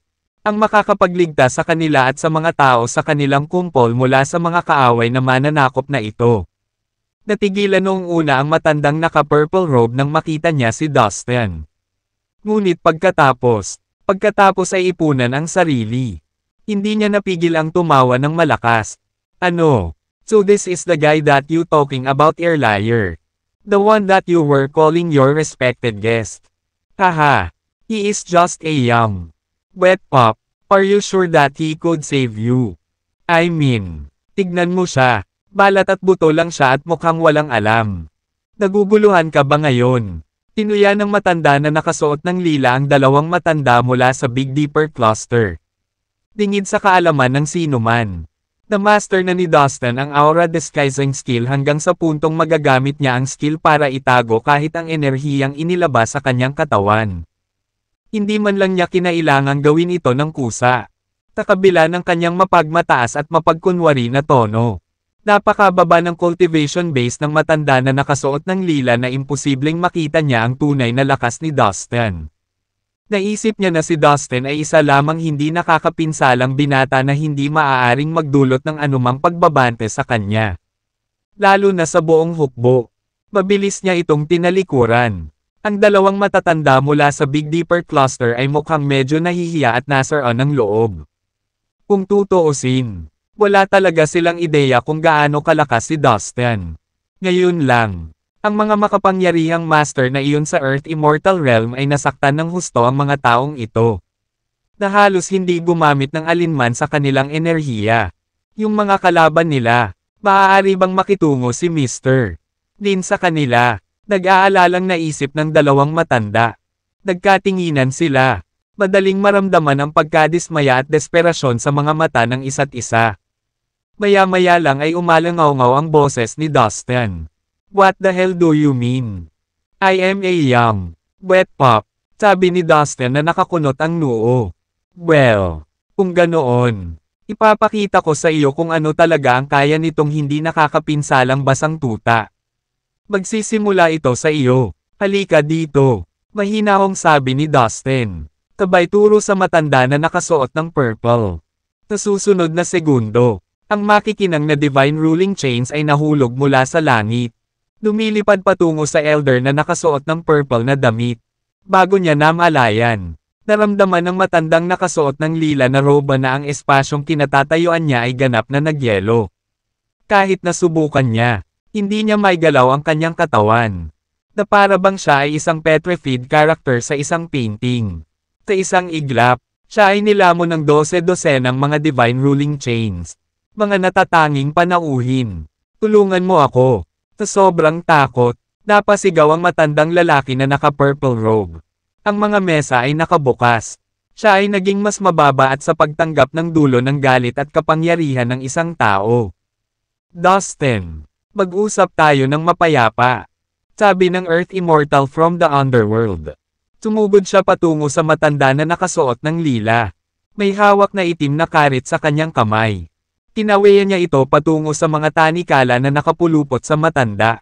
Ngunit bago pa niya masira ang mga ito, mas maraming divine ruling chain na naglalabas ng mga gintong ilaw ang bumaba at binaril siya. Nakuha lamang ni Dustin ang isang mas malalim na pag-unawa sa mga batas ng kalikasan at naabot ang pinakahuling kaharian. Alam niya na ang master sa Earth Immortal Realm ay hindi makakapareha sa kanya. Nabigla sa kontra-aksyon. Tinubukan ng immortal na lupa ang kanyang makakaya na umatras upang maiwasan ang mga tanikala. Naiwan mag-isa at walang ibang nangangahas na sumubok at tumulong sa kanya. Ang matandang naka-purple ay kinaladkad pasulong ng divine ruling chains patungo kay Dustin hanggang sa nabiti na lang siya sa ere sa harapan niya. Ano sa tingin mo ngayon? Sa tingin mo ba ay bata pa ako? Basang tuta. Napatingin si Dustin sa matandang naka-purple na damit na paralisado at hindi na makapagsalita dahil sa takot. Sa kabilang banda, nagulat at nabigla ang dalawang senior emissaries mula sa Big Dipper Cluster. Nanginginig sila sa tuwa sa kanilang nasaksihan. Magkadikit ang kanilang mga kamay sa sarap. Oh, mahal na mga natatanging bisita. Mangyaring tulungan mo ako. Ang matanda na nakasuot ng kulay lila ay desperado na humingi ng tulong. Dustin, paano ka naging malupit? Ibaba mo siya agad. Ilang Earth Immortal Realm Cultivator ang sabay-sabay na sumugod at sumigaw ng galit. Ang totoo, gawa lang ang lahat. Wala silang pakialam sa lalaking naka-purple. Ang gusto lang nila ay supilan si Dustin sa anumang paraan na posible. Kung tutuusin, siya ang kanilang sinumpaang kaaway. Seal, tigaw ni Dustin sa mahinang boses. Kaagad. Bumulwak ang isang malakas na enerhiya ng silang at tinatakan ang buong kalangitan. Nadama ng lahat na ang kanilang mga katawan ay sinipsip sa kumunoy. Hindi sila makagalaw ni isang pulgada kahit anong pilit nila. Kasabay nito, ang Divine Ruling Chains ay kumikinang at lumabas mula sa kawalan. Para itong malaking dragon na mabilis na dumausda sa kalangitan. Ang sinabi ni Dustin ay mahigpit na ipinatupad ng batas ng kalikasan. Sa katunayan, naabot na ni Dustin ang sukdulang kaharian upang maunawaan ang mga alituntunin ng langit at lupa at maaaring gamitin ang pangunahing kapangyarihan nitong mahusay na makapangyarihang kasanayan. Nangangahulugan iyon na sa salita lamang ni Dustin. Maaari niyang manipulahin ang mga batas ng langit at lupa sa anumang espasyo at gamitin ito para sa kanyang sarili. Kung ang omnipotent skill na ito ay nilinang sa isang malalim na kaharian, maiisip lamang ng isa ang napakalaking kapangyarihan na maibubunga nito. Sa madaling salita, ang isang cultivator na may ganitong makapangyarihang kasanayan ay maaaring gumamit ng mga batas ng langit at lupa upang labanan ang kanyang mga kaaway. Nabatid na walang ordinaryong martial artist ang posibleng makatalo sa mga batas ng langit at lupa. Bukod dito, ang magamit ito ay hindi ordinaryong gawa. Nagpapatawag lang ba siya ng mga batas ng langit at lupa? Paano ito posible? Hindi ako makapaniwala na ang cultivation base ni Dustin para sa mga batas ng langit at lupa ay umabot na sa isang kahanga-hangang antas. Nataranta ang mga nagsisikap na iligtas ang matandang naka-purple. Walang pag-aaksaya ng oras. Na-activate nila ang kanilang vital energy laban sa kapangyarihan ng batas ni Dustin. Sa mga tuntunin ng pisikal na lakas, espiritual na lakas ng pakiramdam, at kapangyarihan ng batas, ang cultivation base ng Dustin ay malayong mas malakas kaysa sa alinmang ordinaryong cultivator sa Earth Immortal Realm. Ang kanilang tanging gilid sa kanya ay sa mga tuntunin ng cultivation base ng vital energy. Kaya naman, sa pangkalahatang paghahambing, lahat ng ordinaryong magsasaka sa Earth Immortal Realm ay hindi katugma kay Dustin. Boom! Nagbigay si Dustin ng nakakapang-asar na suntok sa mga cultivator ng Earth Immortal Realm. Bang! Bumagsak! Lahat ng Earth Immortals na sinubukang lapitan si Dustin ay nauwi sa paghagis sa ere. Habang sila ay bumagsak ng husto sa lupa. Hindi na nila nagawang mabilis na makabangon dahil labis silang natulala sa nangyari sa kanila. Dahil sa eksenang iyon, nanginginig sa takot ang lahat ng miyembro ng Major Forces. Napabuga sila ng hangin at namamanhid ang kanilang mga katawan. Walang nang ahas na sumugod muli kay Dustin. Ang lakas at kapangyarihan na ipinakita ni Dustin ay hindi sa mundo. Napagtanto nila kung gaano sila kaina sa harap ni Dustin. Para silang mga daga na sinusubukang talunin ang isang leon. Dapat alam mo na ngayon, na kung talagang gusto kitang patayin, walang makakaligtas sa iyo. Binigyan ni Dustin ang matandang naka-purple ng malamig na titig habang itinataas ito sa kanyang kwelyo. I you understand, sir. Please forgive me. Ang matanda ay natakot na sa kamatayan. Sa wakas ay napagtanto niya na nasaktan niya ang isang magsasaka na may hindi maisip na lakas. Taos-pusong pinagsisihan ng matanda ang pagtawag sa binata bilang isang basang tuta nang malaman niyang si Dustin ay isang master na walang kapantay na kapangyarihan. Sa isang salita lang at ilang suntok, lahat ay nawalan ng imek at nawalan ng lakas na lumaban. Gustong bugbugin ni Dustin hanggang mamatay ang matanda. Ngunit nakaisip siya ng mas magandang plano. Dahil master pa rin ng Star Cluster ang lalaking ito. Maaaring maging kapaki-pakinabang siya kung gagawin siyang alipin ni Dustin. Habang pinag-iisipan niya ang kaisipang ito, agad na inutusan ni Dustin ang espiritual na puno sa kanyang soul sea na gamitin ang puppet strings. Pagkatapos, 12 ng pulang linya ang bumaril at sumugod sa soul sea ng matanda. Hindi nagtagal, ang kanyang espiritual na kaluluwa ay nagulo at napasuko. Biglang naramdaman ng matanda ang matinding paghanga kay Dustin na nagmumula sa kaibuturan ng kanyang kaluluwa. Guru, napayuko ang matanda sa harapan ni Dustin bilang tanda ng malaking paggalang. Dustin, ginagawa mo na naman itong evil skill. Nang makita ito, ang lahat ng miyembro ng pangunahing puwersa ay natakot para sa kanilang buhay. At ang kanilang pag-asa ay nagsimulang maglaho. Itinuring nila ang masamang kasanayang ito bilang napakalakas at kakilakilabot. Kahit sino ang tamaan, ang isa ay agad na magiging alipin ng gumagamit ng kasanayan. Para sa kanila, mas mabuti pang mamatay kaysa maging alipin habang buhay. Kailangan na nating umalis dito. Napagtanto na wala silang paraan upang talunin si Dustin. Ang mga alagad ng makapangyarihang puwersa ay mabilis na tumakbo palayo habang sinusubukan nilang tumakas mula sa Dustin. Hindi mo ba naisip na huli na ang lahat para doon? Napakalakas ng espiritual na pakiramdam ni Dustin na matutunton niya ang bawat isa sa kanila kahit na sinubukan nilang magtago at makatakas. Bilasan mo. Pupuntahan niya tayo. Alam ng mga alagad kung ano ang mangyayari. Kaya desperado silang sumugal para makalayo hanggat maaari. Ginamit nila ang kanilang mga kakayahan sa paggalaw ng katawan at sumugod ng mabilis hanggat kaya nila. Seal.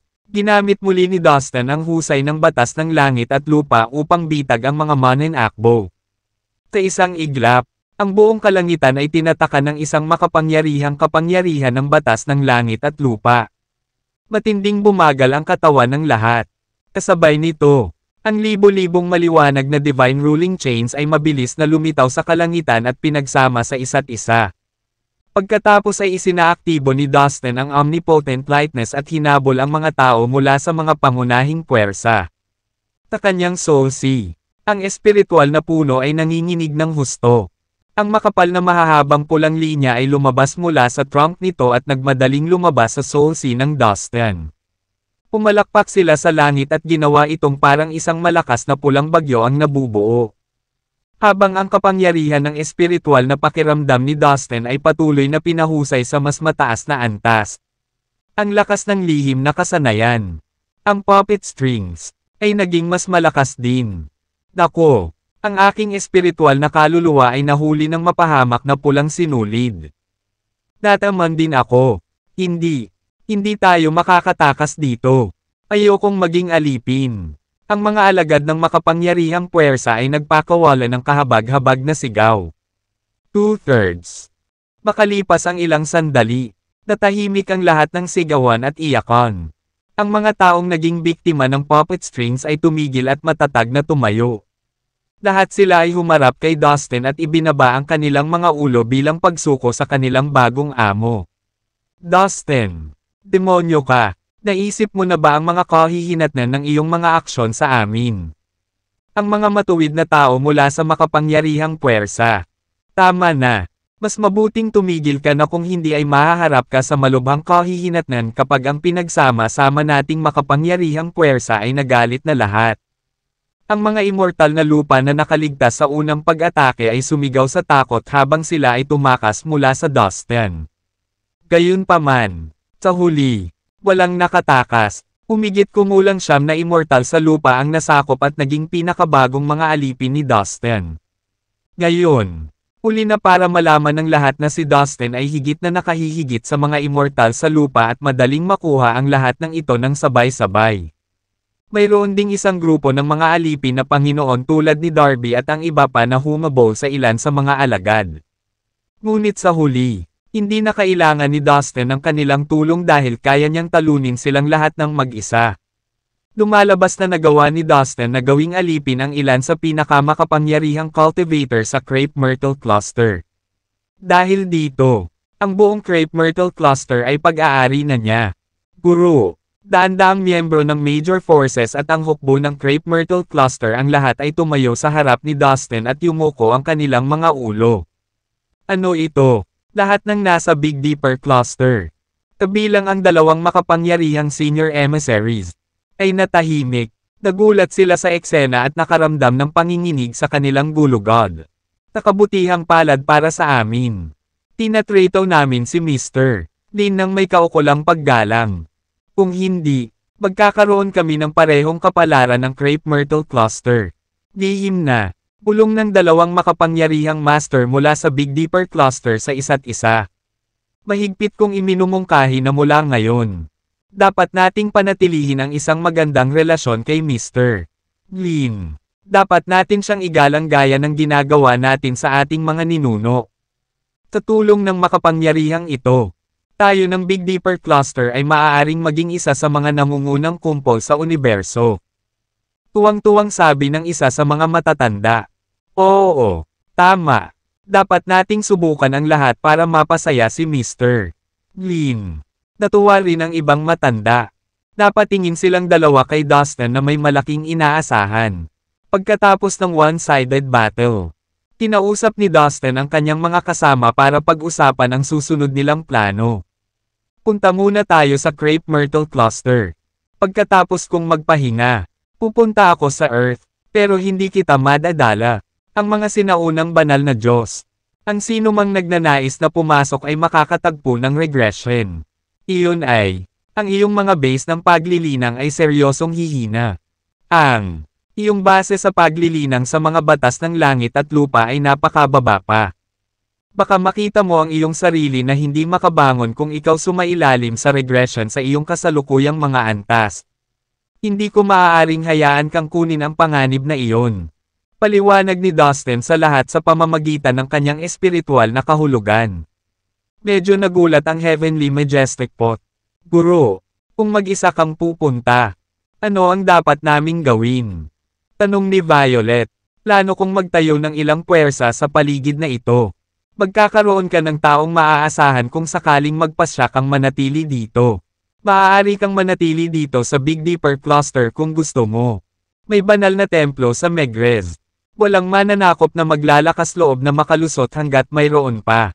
Napatingin si Dustin sa mga kasama niya. Naisip niya na pinakamahusay na bigyan sila ng ganitong uri ng opsyon kung nakita nila ang lugar na ito na mas mahusay para sa kanila. Ang Jade Seal sa ilalim ng banal na templo ay isang mahiwagang kayamanan na iniwan ng mga banal na Diyos noong sinaunang panahon. Ito ay sapat na malakas upang itaboy ang lahat ng mga kaaway. Alam ni Dustin na kahit ang mga cultivator ng Divine Realm ay hindi malalampasan ang Jade Seal. Kaya naman, takaling magpasya ang sino man sa kanyang mga kasama na manatili sa Big Dipper Cluster. Magiging kalmado ang puso ni Dustin. Alam din ng kanyang mga kaibigan kung ano ang kanilang ipagsapalaran kapag sumama sila sa kanyang paglalakbay. Dahil ang mga kahihinatnan ay masyadong matindi para sa sino man sa kanila. Nagpasya silang hayaan si Dustin na mag-isa. Punta tayo sa Crepe Myrtle Cluster. Hindi ako makapaghintay na makita kung ano ang hitsura nito. Kaway ng kamay. Tinenyasan niya ang iba na aalis na sila. Nakatanggap ng mensahe ni Dustin ang matanda na nakasuot ng mahabang purple na damit. At tumugon siya. Tinangunahan niya ang daan. Kasama ang isang malaking tropa na nakasunod sa kanyang likuran. Nagmarcha sila para sa Crepe Myrtle Cluster. Na nagdulot ng kaguluhan sa mabituing kalangitan. Ang dalawang immortal na elder ng Big Dipper Cluster ay nagpasya na silang kaibiganin at sundan si Dustin. Kaya, kahit na walang imbitasyon ni Dustin, nagpasya silang sumali sa napakalaking tropang ito kasama ang kanilang mga tao mula sa Big Dipper Cluster. Makalipas ang kalahating araw, nakarating na rin sila sa Crepe Myrtle Cluster. Ang partikular na lugar na ito ay higit na napakalaki kumpara sa Big Dipper Cluster. Maraming mga bituin sa kalangitan ang kumikislap. Kabilang dito ang humigit kumulang 12 mga planetang tinatahanan. Sa pinakadulo ng kumpol ay ang pinakamalaking planeta nito na tinatawag na Crepe Myrtle. Napakalaki nito. Natatakpan ng makapal na espiritual na enerhiya sa pagitan ng langit at lupa nito. Puno ito ng sigla. Ang lahat ay nakarating sa Crepe Myrtle, na nagtatapos sa kanilang mahabang paglalakbay sa kalawakan. Sa sorpresa ni Dustin, mayroon ding isang lugar na tinatawag na hometown ng mga Diyos sa Crepe Myrtle. Isa itong sinaunang templo na may mahabang kasaysayan. Ang matandang lalaki na naka-purple robe ay isang senior emissary ng Crepe Myrtle Cluster. Siya ay katumbas ng 2 senior emissaries ng Big Dipper Cluster sa mga tuntunin ng katayuan. Isa pang bayan ng Diyos. Ganito ba ang tawag ng mga tao sa sansinukob na ito sa kanilang mga templo? Pinagmasdan ni Dustin ang templo at lahat ng nasa paligid nito. Tinagat niya ang kanyang labi sa isang gilid. Tapalagay ko maraming mga templo tulad nito na tinatawag na mga Diyos hometown sa universo na ito. Malapit na sinundan ni Violet si Dustin. Tinitingnan din ang templo. Brat. Sa tingin ko ang mga bagay dito ay hindi kasing tapat ng iniisip natin. Ang Heavenly Majestic Pot, hindi katulad ng mga kasama nito, ay nagpakita ng kaina-hinalang ekspresyon. Parang iba ang opinyon nito. Ano ang ibig mong sabihin? Natigilan si Dustin sa palagay ng Pot sa sitwasyong ito. Nagtataka. Lumingon ito sa kanya. Tinatawag mo ang templong ito na hometown ng mga Diyos. Iyan ang kaugalian mong tawagin ang mga templo mula pa noong sinaunang panahon o ang iyong kontemporaryong paraan upang tugunan ang mga ito.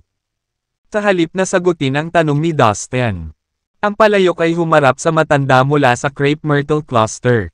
Galing siya sa Crepe Myrtle Cluster. Natural. Malalaman niya ang mga detalye tungkol sa lugar na ito. Ito ang paraan ng pagtawag natin dito mula pa noong sinaunang panahon. Ang bayan ng mga Diyos ay palaging ang pinakabanal at hindi masisira na sagradong lugar sa Crepe Myrtle Cluster.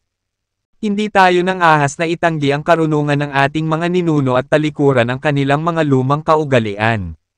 Hindi natin mababago ang pangalan. Mabilis na sagot ng matanda.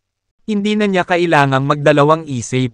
Ang lahat ng mga bagay na ito ay natural na dumating sa kanya.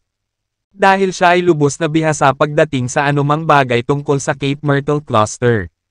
Thus nangangahulugan ito na ang bayan ng mga Diyos ay ginamit para sa mga templo mula pa noong unang panahon. Pag-isipan mo, Dustin, hindi ba posible na ang hometown ng mga Diyos na hinahanap natin ay talagang isang templo sa sansinukob na ito? Marahil, sa isa sa mga banal na templo ng universo ay nagtatago ang isang teleportation channel na patungo sa tirahan ng mundo ng mga banal na Diyos. Bulalas ng Heavenly Majestic Pot. Halatang tuwang-tuwa ito sa buong ideyang ito. Napakagandang ideya, Lolo Pot, bagamat lampas ito sa imahinasyon ng mga ordinaryong tao. Maaaring posible. Pinagsalikop ni Violet ang kanyang mga kamay. At tumalon-talon sa tuwa. You are onto something. That is a possibility we cannot rule out. Tila kailangan nating maglaan ng ilang oras upang suriin at tuklasin ang lahat ng mga banal na templo na tinatawag na hometown ng mga Diyos sa universo. Siguro, tayo makakahanap ng isang bagay na kawili-wili. Sabi ni Dustin habang hinihimas ang kanyang baba sa malalim na pag-iisip. Gustong-gusto niya ang ideyang ito. Pagkatapos, tinanong ni Dustin ang Crepe Myrtle Cluster at ang Big Dipper Cluster na gamitin ang lahat ng kanilang puwersa upang mangolekta ng impormasyon tungkol sa Earth. Kailangan niya ang bawat impormasyon tungkol sa Earth, kabilang ang mga ruta at pamamaraan upang makapasok sa Earth at lahat ng mga panganib na kasangkot. Natural na sa kanya na tipunin ang lahat ng kaalamang makukuha tungkol sa Earth dahil ito ay itinuturing na isa sa 10 pinaka-mahiwagang lugar sa universo. Gusto niyang malaman ang lahat ng panganib at panganib na kailangan niyang harapin. Gayunpaman, kung Earth pa rin ang lugar na naaalala ni Dustin, alam niya na hindi ito mapanganib. Kung tutuusin, mahigit 20 taon na siyang nanirahan doon. Ang tunay na panganib na kailangan niyang harapin ay ang kanyang paglalakbay patungo dito. Ayon sa mga talaan ng ilang sinaunang aklat, ang solar system kung saan kabilang ang Earth ay nasa ilalim ng restriction spell na sumasaklaw sa isang malawak na span ng universo at puno ng iba't ibang uri ng mga paghihirap at mga hadlang. Ito ay iniwan ng mga banal na Diyos noong sinaunang panahon. Ang sino mang walang pakundangan na papasok sa solar system ay brutal na papatayin sa kalagitnaan ng kanilang paglalakbay. Hindi mabilang nakakaiba at makapangyarihang mga bitag at pagsubok ang nakapalibot dito. Ito ay tiyak na isang mapanganib na paglalakbay. Gayunpaman, tulad ng natutunan ni Dustin mula sa ilang mga sinaunang libro, dahil isa ito sa nangungunang 10 pinakamahiwagang lugar sa universo, ang Earth ay puno ng magagandang pagkakataon na iniwan ng mga banal na Diyos noong sinaunang panahon. Ito ang posibleng dahilan kung bakit mahigpit na binantayan ang paglalakbay patungo sa Earth. Siyempre, anumang bagay na may kinalaman sa mga banal na Diyos ay tiyak na hindi kapani-pani walang pambihira. Hindi na kailangang sabihin. Ang mga bagay na iniwan ng mga banal na Diyos ay dapat na mga kayamanan ng matinding kapangyarihan at mahika. Ang mga benepisyong may dudulot nila sa sinumang makakatukla sa kanila ay wala sa mundong ito. Ano man ang katayuan ng taong makakakuha nito. Maraming tao ang nagsapanganib ng kanilang buhay at sinubukan ang kanilang kapalaran sa pagkuha ng mga kayamanan na naiwan sa mga banal na Diyos. Kaugnay nito, maraming buhay na nilalang ang namatay sa pagtatangkang ito. Dapat kong subukang kontrolin ang ilang mga kumpol ng bituin sa malapit at gawin silang mga teritoryo ko sa panahong ito. Matapos makipag-usap sa Heavenly Majestic Pot, nagsimulang kumilos si Dustin. Tinamunuan niya ang hukbo ng Crepe Myrtle Cluster, kasama ang batalyon ng Big Dipper Cluster, sa kanilang paraan upang sakupin ang mga kalapit na kumpol ng bituin. Walang intensyon si Dustin na manakop sa pamamagitan ng puot at pagdanak ng dugo. Dahil ito ay magiging isang kabuoang pag-aaksaya ng mga mapagkukunan. Sa halip, ginamit niya ang kasanayan sa puppet strings at inalipin ang lahat ng nangungunang pinuno ng mga star cluster na iyon. Pagkalipas ng ilang linggo, karamihan sa mga kumpol ng bituin ay nasa ilalim ng kontrol ni Dustin. Kabilang ang Crepe Myrtle Cluster at ang Big Dipper Cluster. Ang bilang ng mga kumpol ng bituin sa kanyang kontrol ay umabot na sa 8. Maliban sa Big Dipper Cluster, ang lahat ng mga high-level na pinuno ng Star Cluster ay naging mga alipin ni Dustin. Dahil patuloy na tumataas ang kanyang kapangyarihan, ipinaalam ng 2 senior emissaries ng Big Dipper Cluster kay Dustin na gusto ng kanilang mga tao na piliin siya bilang kanilang pinuno at ipinangako ang kanilang katapatan sa kanya. Ang 2 senior emissaries ay ganap na alam na Dustin ay pinamamahalaang upang dominahin ang karamihan ng mga lugar ng espasyo sa paligid. Bilang bahagi ng universo, imposible para sa Big Dipper Cluster na maiwasan ang parehong kapalaran. Kaya't pinili nilang isuko ang kanilang sarili ng kusa sa halip na pilitin. Win-win situation ito para sa magkabilang panig kaya't masayang tinanggap ni Dustin ang panukalang ito. Tumagal ng mahigit 1 buwan ang malalim at maingat na paghahanda ni Dustin. Ang lahat ng mga taong ipinadala upang mangolekta ng impormasyon tungkol sa Earth sa wakas ay bumalik. Iniulat nila ang lahat ng kanilang natutunan kay Dustin ng detalyado, habang tinatanggap niya ang lahat ng bagong impormasyong nakuha niya. Sa wakas ay nagkaroon ng mas mahusay na pag-unawa si Dustin sa kung paano haharapin ang kanyang paglalakbay sa Earth. Tumagal pa ng 10 araw bago talagang naging handa si Dustin para sa kanyang paglalakbay. Huminga siya ng malalim at sinabi sa lahat, "Sige, sa tingin ko oras na para umalis ako." Pinaling niya ang tingin sa kanyang mga kasama at ngumiti sa kanila. Nagpapasalamat sa kanilang presensya at tulong sa kabuuan. Nag-ayos si Dustin at nagpaalam sa kanyang mga kaibigan. Sa wakas, pagkatapos ng mahabang panahon ng paghahanda para sa pakikipagsapalaran na ito, nagtakda si Dustin patungo sa solar system. Ang Heavenly Majestic Pot, Violet at lahat ng iba pang malalapit na kaibigan ni Dustin ay nanatili sa Crepe Myrtle Cluster. Nakahanap sila ng isang tahimik na lugar para sa kanilang sarili malapit sa banal na templo at nagsimula ang kanilang paglilinang doon. Para maging abala sila, iniwan sila ni Dustin ng maraming mapagkukunan para sa kanilang paglilinang. Ito ay higit pa sa sapat upang dalhin ang kanilang martial arts sa isang mas mataas na antas. Sa malaki at malawak na universo, nag-iisa ang The Spaceship. Ang sansinukob ay naging mas madilim at mapanglo habang si Dustin ay patungo sa kanyang destinasyon. Hindi ako makapaniwala. Pauwi na ako sa aking planetang pinagmulan, Earth. Halos ramdam na ramdam ni Dustin ang pagtibok ng kanyang puso mula sa kanyang dibdib dahil sa sobrang kaba. I wonder if my friends and families are okay. Wait for me. I cannot wait to see you all. Hindi napigilan ni Dustin ang kasiyahan. Halos nakangisi siya mula tenga hanggang tenga. Ngunit nakaramdam din siya ng kaunting pag-aalala. Ito ay medyo matagal na. At may pakiramdam ng kawalan ng katiyakan at pag-aalinlangan na umaakyat sa kanyang puso. Hindi niya maiwasang manalangin na ligtas at maayos ang lahat sa mundo. Ilang dekada na ang nakalipas mula noong umalis siya sa Earth. Tiyak, nag-aalala siya para sa kapakanan ng kanyang mga pamilya at kaibigan. Kung tumanda siya ayon sa oras sa Earth, humigit kumulang 60 hanggang 70 taong gulang siya. Sa tagal ng panahon na iyon, natural na ang ilang mga tao sa Earth ay natapos na ang kanilang mortal na paglalakbay sa mundo. Maaaring may mga namatay at naging abo. Ito ang eksaktong bagay na pinaka-inaalala niya. Sana ang takbo ng panahon sa Earth ay iba sa fallen immortal cosmos kung saan ginugol ko ang halos lahat ng mga taon ko bago ito. Ipinikit ni Dustin ang kanyang mga mata at paulit-ulit na nanalangin sa kanyang puso. Na nagnanais na magkaroon ng pinakamahusay na resulta.